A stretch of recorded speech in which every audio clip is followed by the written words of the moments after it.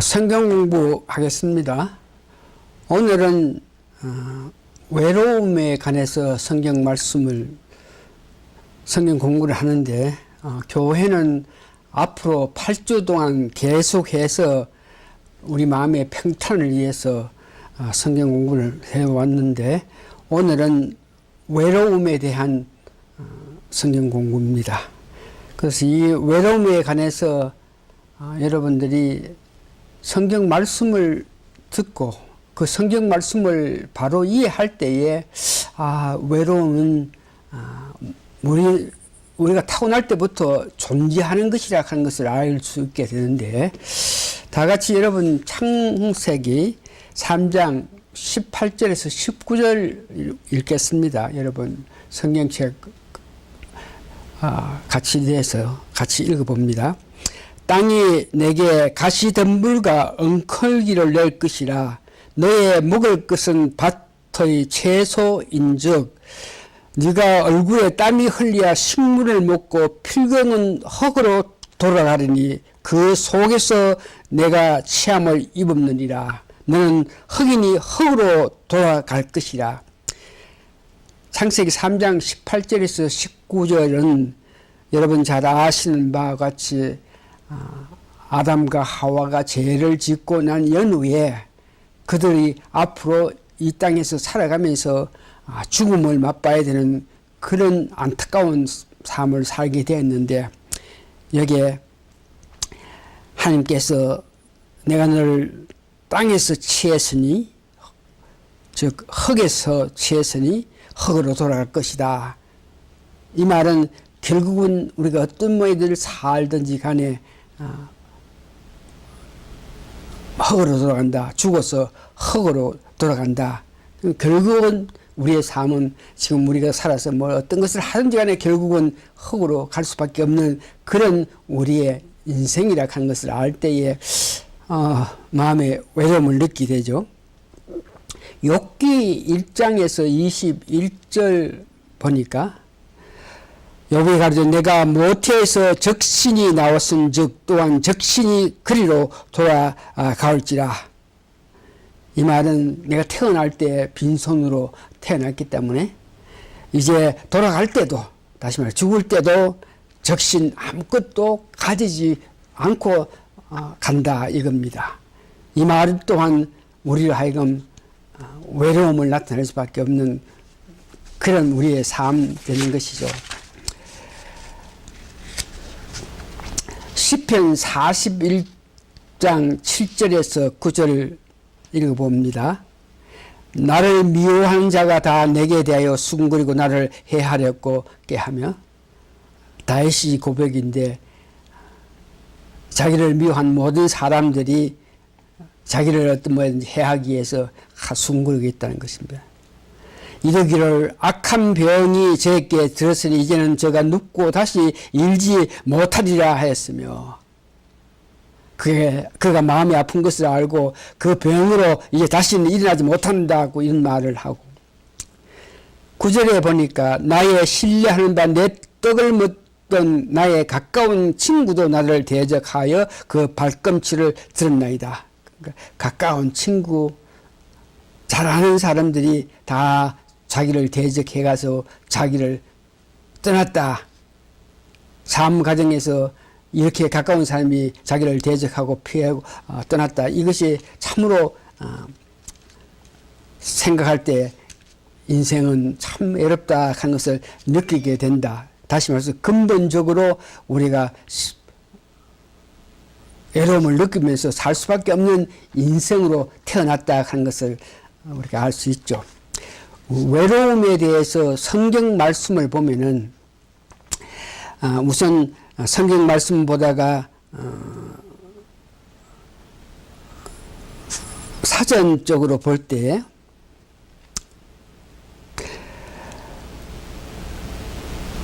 누구나 다 떠나고 혼자가 된다는 것에 외로움을 느낀다 그러는 것입니다. 이 말은 사전적으로도 무엇이든 영원한 것이 없고 다 두고 떠나가야 된다는 외로움이 있다는 것입니다.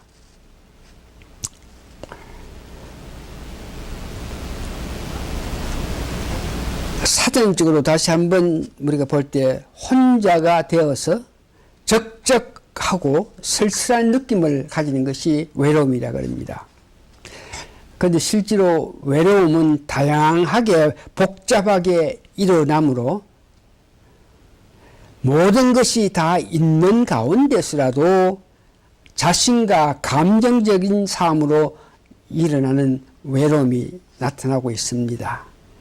혼자가 있어가 아니고 여러 사람과 더불어서 이렇게 있는데도 외로움을 느낄 수 있다. 강야에서가 아니고 궁중 가운데 많은 사람 가운데에서 같이 어울려 있으면서 어떤 마음이든지 내 마음의 외로움을 느낀다 하는 것입니다.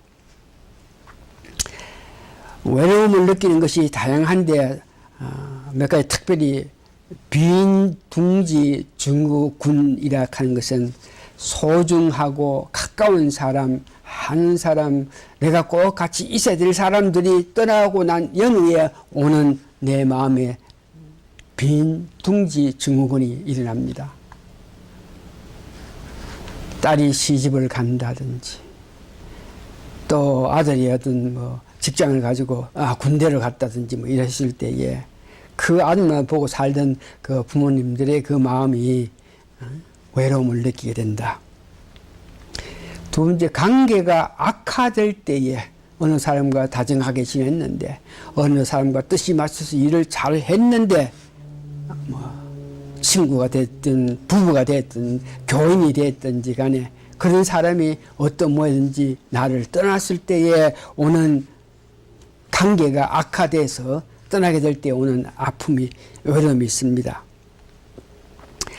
또한 이 외로움은 여러 가지 상황에 우리가 부딪힐 때에 공연히 어떤 상황에 자신이 어떤 일, 어떤 사람 이런 것들하고의 비교해서 내 자존감을 상실했을 때에 외로움이 일어나는 것입니다. 외로움이 있을 때는 그 외로움을 벗어나기 위해서 어디에다 어떤 집중함으로 통해서 그 외로움을 벗어나기 위해서 노력하는데 주로 술에 빠지는 사람, 마약에 빠지는 사람, 쾌락에 빠지는 사람, 이런 사람은 그 감정적인 아픔을 당하게 되죠. 흔히 우리가 보는 일상생활에서 일어나는 아픔은 남편과 같이 있는데 마음이 허전한 외로움을 느낀다. 이 말은 남편과 관계에서 완벽한 인과관계가 아름다운 사랑의 관계가 형성되지 않을 때 오는 애로움이라. 마음이 속이 상한데 마음이 안타까운데 특별히 어디에 갈 만한 곳도 없다.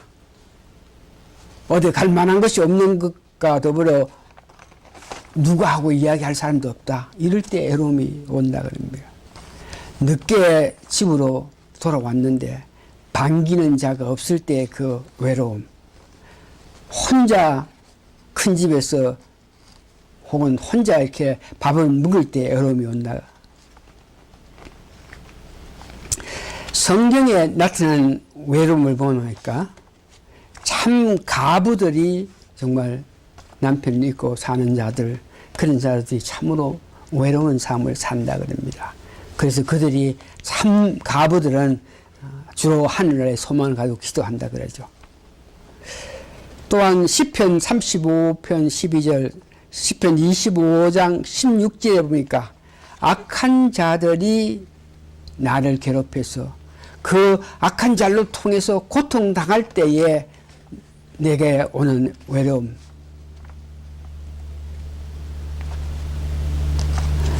에스겔서 5장 17절 보니까 여러 가지 환경, 자연 환경이든지 여러 가지 어떤 물질면으로든지 어떤 환경으로 통해서 내가 참으로 어려움을 당할 때 이 어려움 가운데서 나를 건져줄 자가 없다 이렇게 생각할 때에 내게 오는 어려움이 있다 그럽니다. 성경에 외로움을 당한 자들이 많이 나타나는데 몇 분만 말씀드리면 우리 예수님이 참으로 애로움을 당하면서 살았습니다. 마태복음 8장 20절 보니까 사람들이 자기를 따르기 위해서 오는데 여우도 굴이 있고 공중에 새도 거처가 있는데 나는 머리 들 곳이 없다. 얼마나 예수님이 애로운 마음으로 이 땅에서 지났다 한 것을 나타내고 있죠. 누가복음 58절에도 똑같은 내용으로 예수님이 애로움을 당하는 모습입니다. 요한복음 6장 67절 보니까 사람들이 예수님께서 나타내신 기적 이적을 보면서 그를 모셔가지고 왕으로 삼겠다 그러면서 많은 군중들이 모이기 시작했을 때 예수님께서 유분무익하고 영적인 어떤 삶, 영적인 관계를 말씀했을 때 그 많은 사람들이 다 떠나갔다는 말씀, 얼마나 많은 사람이 몰려와서 예수님 그러면서 예수님 존경합니다, 예수님 따르겠습니다 했다가 나중에 다 물러가는 그 모습을 보면서 정말 애로운 마음 갖고 계신 예수님께서 그 제자들에게도 사람들이 다 가니까 너희들도 가겠느냐 그러면서 애로움을 나타냈던 모습을 봅니다. 신약의 사도 바울도 1차, 2차, 3차 전도 여행을 다 하고 나중에 이제 로마 감옥에 있게 됐을 때에 그의 안타까움, 디모데후서 4장 9절에서 1절 보니까 사람들이 다 나를 떠났다. 그러면서 특별히 디모데후서 4장 10절 보니까 데마도 세상을 사랑해서 떠났다 그러면서 애로움을 나타냈던 그 모습 봅니다. 다윗 왕도 시편 41편 7절 보니까 한참 어렵고 힘들 때에 모든 사람들이 자기 환경이든지 모든 사람들이 떠나고 했을 때에 아픔을 가졌던 것을 이야기합니다. 그래서 이와 같이 외로움이 나타나는데 실제 외로움이 왔을 때에 우리 개인, 우리가 어떤 감정을 느끼게 되냐 그러면 외로움 하는 것은 내 혼자밖에 없다는 이 감정으로 나타나는 고독감입니다. 나를 위해서, 나를 구할사, 나와 더불어 이런 모든 면에서 나 혼자다 이런 마음, 감정을 통해서 오는 아픔이 있습니다. 외로움 하는 것은 어떤 모양인지 다른 사람이 모르죠. 그래서 내가 외로운데 이것을 어떤 모양인지 나타내지 않고 외로워, 근심스러워, 마음 아픈 것을 나타내지 않고 포장을 해서 그 외로움을 마음속 깊이 간직하고 있을 때 나중에 그 외로움이 자신을 파괴하게 됩니다.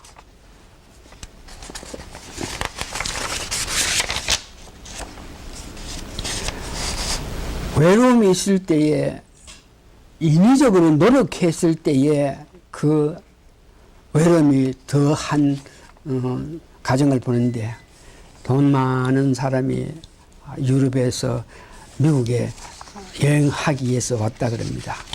그래서 어느 항구에 가가지고 다른 도시로 가기 위해서 그 배를 타게 되는데에 돈은 많고 한데에 자기가 그 배를 타고 갈 때에 내가 이 배를 타고 가는데 누군가 나를 위해서 환영해 줄 사람이 없다는 것이 말이 아니지. 그러면서 나 같은 사람 내가 이렇게 이곳에서 다른 데로 가는데 잘 갔다 오라든지 잘 있거라 하면서 이렇게 이야기할 사람이 없다 하는 것을 생각할 때 마음이 아파서 돈은 많고 하니까 그게 조그마한 아이가 하나 있는데 한테 돈을 많이 주면서 야야야야 내가 배를 타고 선상에 서가지고 이래 보거든 나를 향해서 그 꽃을 이렇게 흔들어서 한정해라 하면서 돈을 많이 줬다 그럽니다.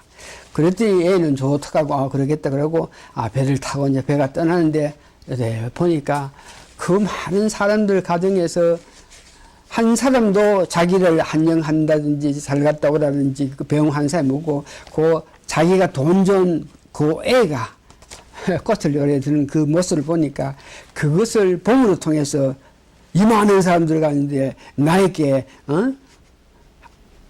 잘 갔다 오라고 이렇게 손을 흔드는 사람은 내가 돈을 줘가지고 말했던 그 아랫밖에 없구나 그러면서 오히려 더 외로움을 느끼게 됐다 그럽니다.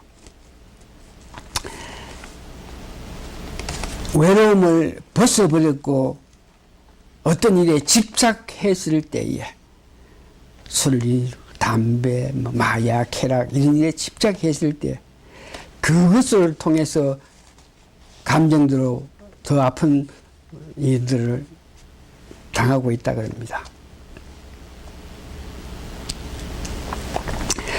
그러면 오늘은 이제 마지막으로 외로움에서 승리하기 위해서 어떻게 하냐. 요한복음 14장 1절에 보니까 예수님이 이제 때가 돼서 떠난다 그랬을 때 제자들이 예수님 없는 세상에서 무섭고 외롭고 떨리는 이 마음을 어떻게 할까 그러면서 걱정하는 제자들께 나를 믿으면서 하나님을 믿으라. 외로운 마음 가지면서 안타까워하지 말고 나를 믿음으로 통해서 외로움을 이기라 말씀했습니다. 외로움에서 승리하는 방법은 예수님을 믿음으로써 외로울 때 고통당하면서 안타까워하면서 그 외로움을 포장해가 숨기고 하는 것보다가 예수님께 나아가서 예수님 앞에 나아가서 그 외로움을 이야기할 때에 하나님께서는 그에게 지혜를 주심을 통해서 사회와 인간관계의 회복을 하게 만든다는 것입니다. 지혜를 받아서 실질적으로 승리한 자 보니까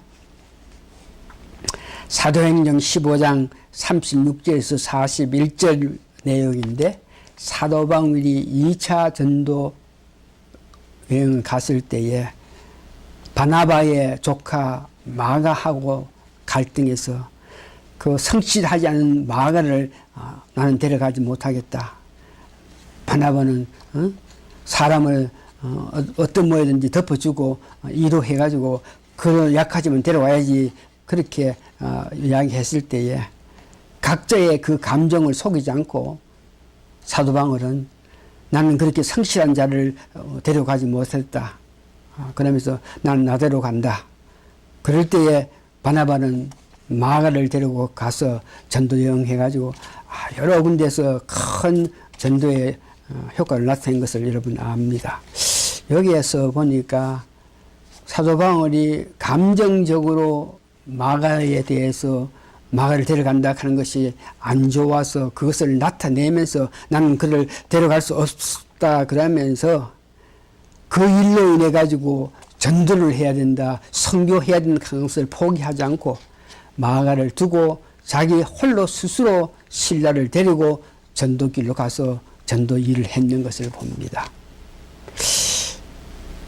디모데후서 4장 9절에서 11절 보니까 이렇게 각자가 헤어져 가지고 사도 바울은 사도 바울대로 어느 지역 가서 계속 선교를 하고 마가는 마가대로 바나바와 같이 선교를 했을 때에 사도 바울이 자기 감정적으로 안 좋지만 자기가 맡은 사역관계, 선교관계를 최선을 다하는 과정에서 하나님께서 마가에 관한 마가에 대해서 사도 바울이 마음을 열 수 있게끔 역사해서 디모데후서 4장 9절에서 11절을 보니까 디모데에게 마가가 나에게 지금 필요하고 내게 유익하니까 빨리 그 마가를 내 있는 곳에 데려가라. 그러면서 마가와 관계 회복을 해서 더 큰 일을 했다 하는 것을 볼 수 있습니다. 여러분이 잘 아시는 한국의 초대 문화장관 이어련 하는 분이 박사요 문화장관 그랬으니까 한국에서 가장 지성인이라 그랬습니다. 그가 74살에 침례를 받아가지고 하나님을 영접했는데 하나님 영접하기 전에 74살까지 자기가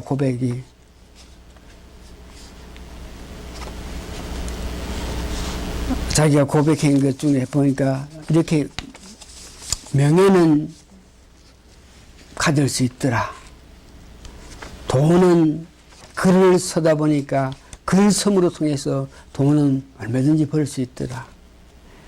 병이 들었을 때 병원에 갔을 때 내 병은 병원에서 나서주더라. 그러니까 명예도 있고 돈도 많고 뭐 건강도 하고 하니까 여러 가지 형통한 삶을 사는데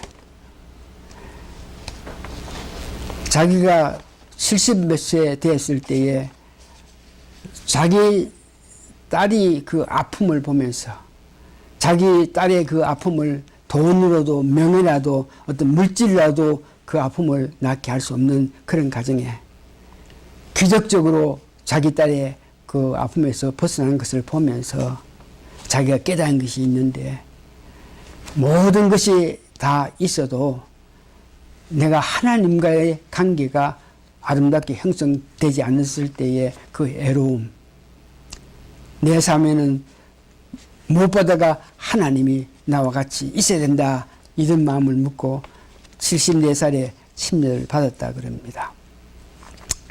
말씀을 이렇게 정리해 봅니다. 외로움 문제에 대해서 그 유명한 테레사라는 수녀는 이렇게 이야기합니다. 현대인은 여러분들은 문둥병, 즉 한센병을 가졌다. 이 말은 사람들에게 자기가 있는 것을 나타내지 않고 어떤 모습으로 감추고자 애를 쓰고 있다 그럽니다. 누구나 다 어떤 환경에서 어떤 아픔을 통해서 외로운데 그 외로움을 나타내지 않고 포장해서 자기 마음속에 간직해 있기 때문에 심각한 자신을 파괴한다 합니다. 누구나 가지고 있는 외로움입니다. 하나님께 가지고 가서 그 외로움에 관한 하나님께 가져가서 하나님과 좋은 교제를 했을 때에 하나님께서 주시는 지혜에 따라서 이 사회와 사람 관계를 회복해서 아름다운 관계를 형성하면서 살 수 있는 여러분 되시기를 예수님 이름으로 축원합니다. 기도하시겠습니다.